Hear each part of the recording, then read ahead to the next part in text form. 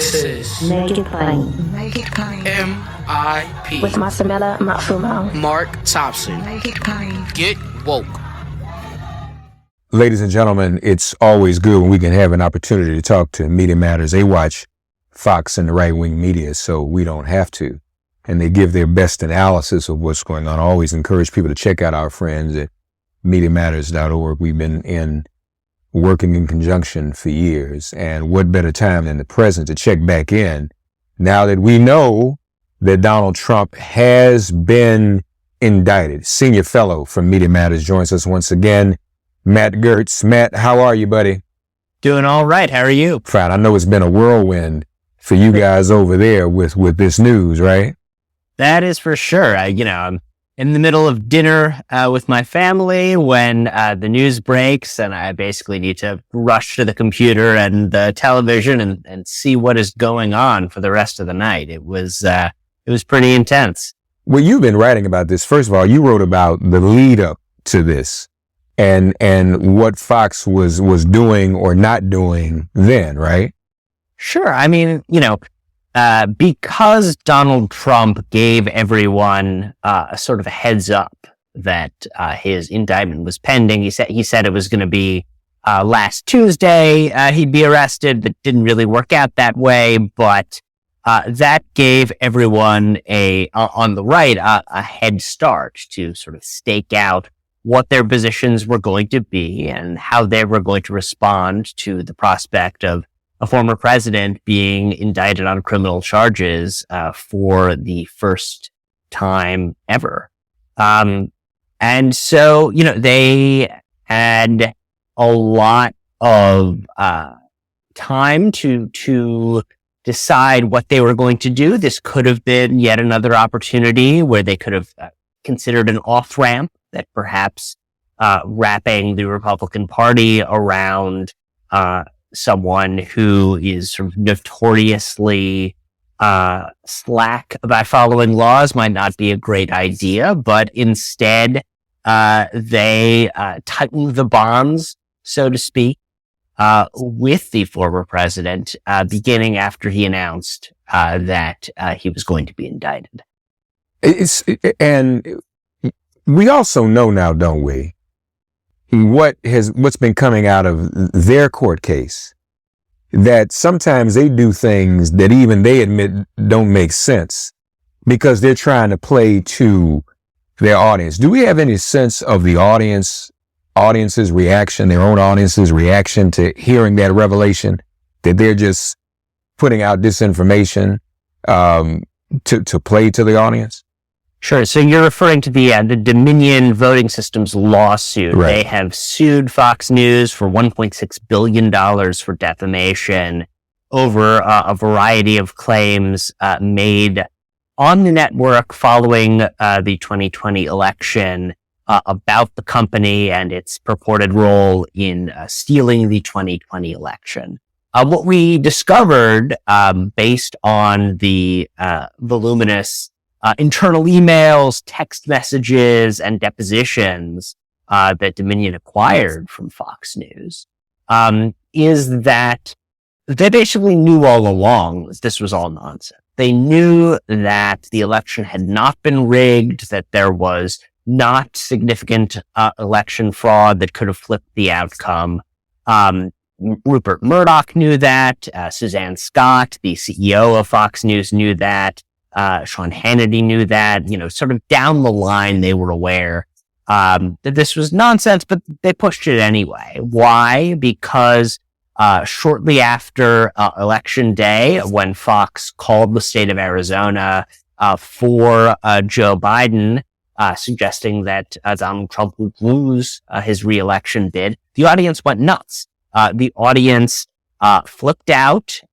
And Fox's executives were fully aware that the network itself was in jeopardy, that the dominating position that they had in the right-wing media, in which they were the most popular cable news network for years and years, could go away in an instant because their viewers supported Donald Trump more than they supported the network. And so what Fox did was they responded to that data by doubling down on voter fraud claims, by pushing lies and conspiracy theories about the election, including the lies about Dominion. And that led to the January 6th insurrection, when violent Trumpists who believed the election had been rigged stormed the U.S. Capitol. So this tells us quite a lot about how Fox reacts whenever there is bad news for Donald Trump. They learned from that experience that it was in their interest to be on Donald Trump's side no matter what. And so we saw after January 6th, a big push from Fox to create conspiracy theories about that attack that removed the accountability from Donald Trump. We saw that again when the FBI raided Mar-a-Lago and found hundreds of classified documents. People on Fox were saying that this was a travesty, that this was evidence of a banana republic, that if Donald Trump could have his home stormed by the FBI, then you at home could as well. Which is true. We're all equal under the law. If there are allegations that you have broken the law, then you can be arrested and you have to deal with the U.S. Justice system. But they turned it into, of course, a sort of conspiracy in which it's all a politically motivated persecution of the former president. And they've done that again with this latest indictment from District Attorney Alvin Bragg in New York City. They're going to the barricades, so to speak. They are claiming that this is an attack not only on Trump, but on his voters, on the American system as a whole. And they aren't leaving themselves much space to walk this back if we find out that the charges in this indictment that is currently sealed are quite serious. Yeah, because we still don't know what the charges are.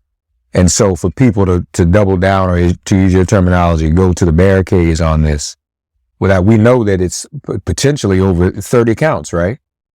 That's what I've seen reported, that it could be as many as 34 counts. Though again, I think we will not know until Donald Trump is arraigned, which will come next Tuesday. He will be fingerprinted and taken into custody and so on and so forth. And then I think will be when the charges will be released. So we don't know.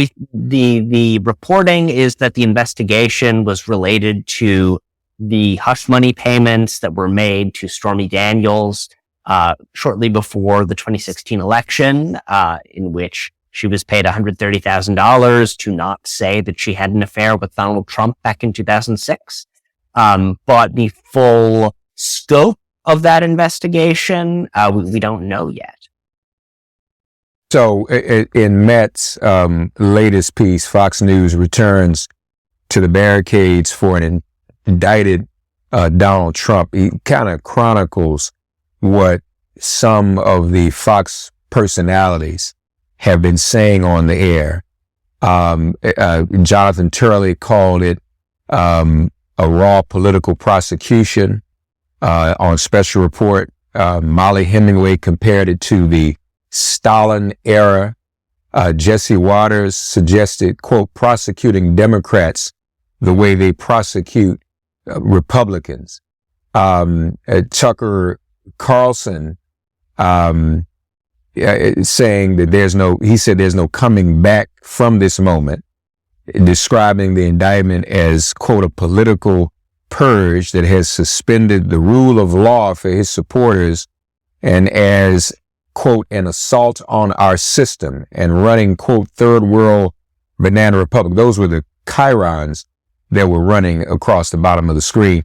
One thing that stood out, some of you may have seen, I'm going to see if I can share this, I will. There were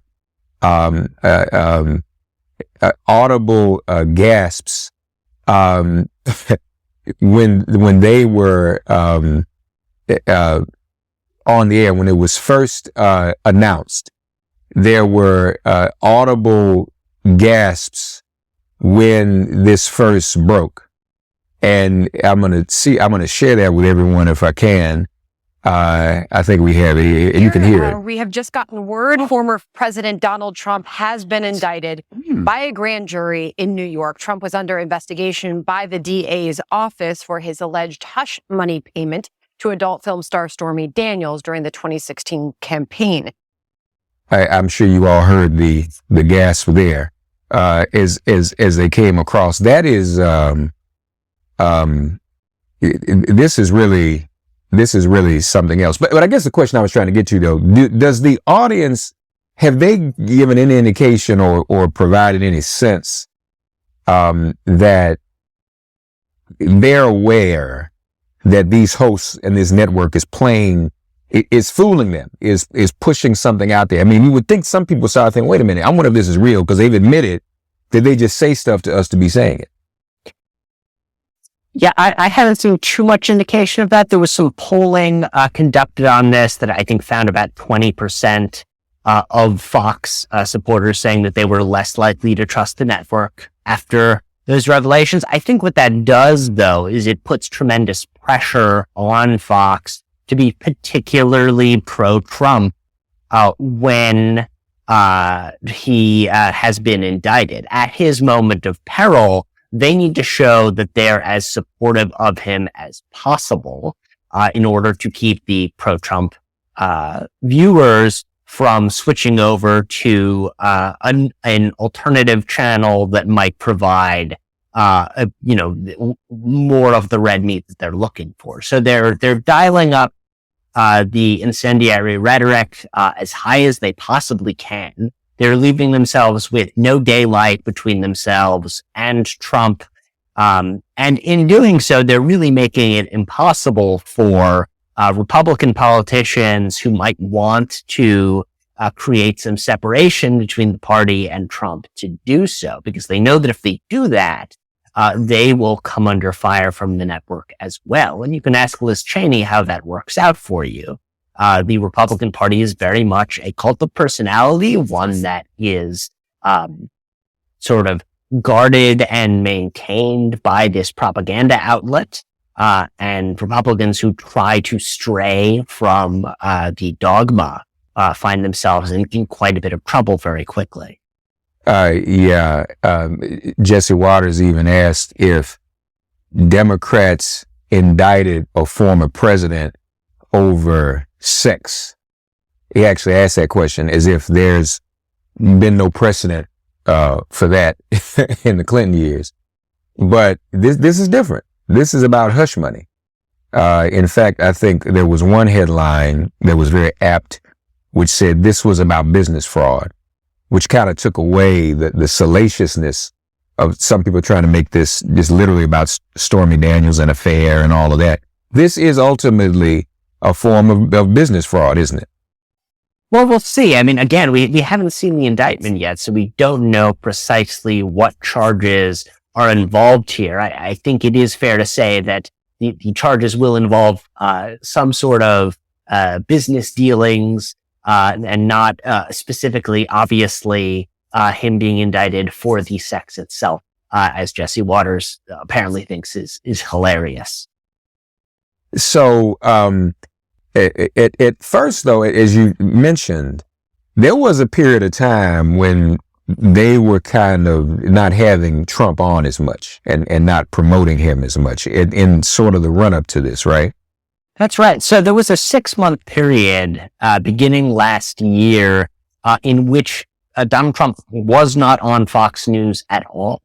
And this is obviously quite unusual. It led his own members of his team to complain that he had been subject to a sort of soft ban from Fox News, that the network was turning away from him and perhaps getting behind Ron DeSantis, who was getting a lot of extremely favorable coverage on the network as well. I think when you look at those Dominion documents, there is a series of statements from Rupert Murdoch in which he says that after the 2020 election, that he thinks that Fox should try to make Donald Trump a non-person, that they should stop giving him attention, and that if they do that, he'll just go away.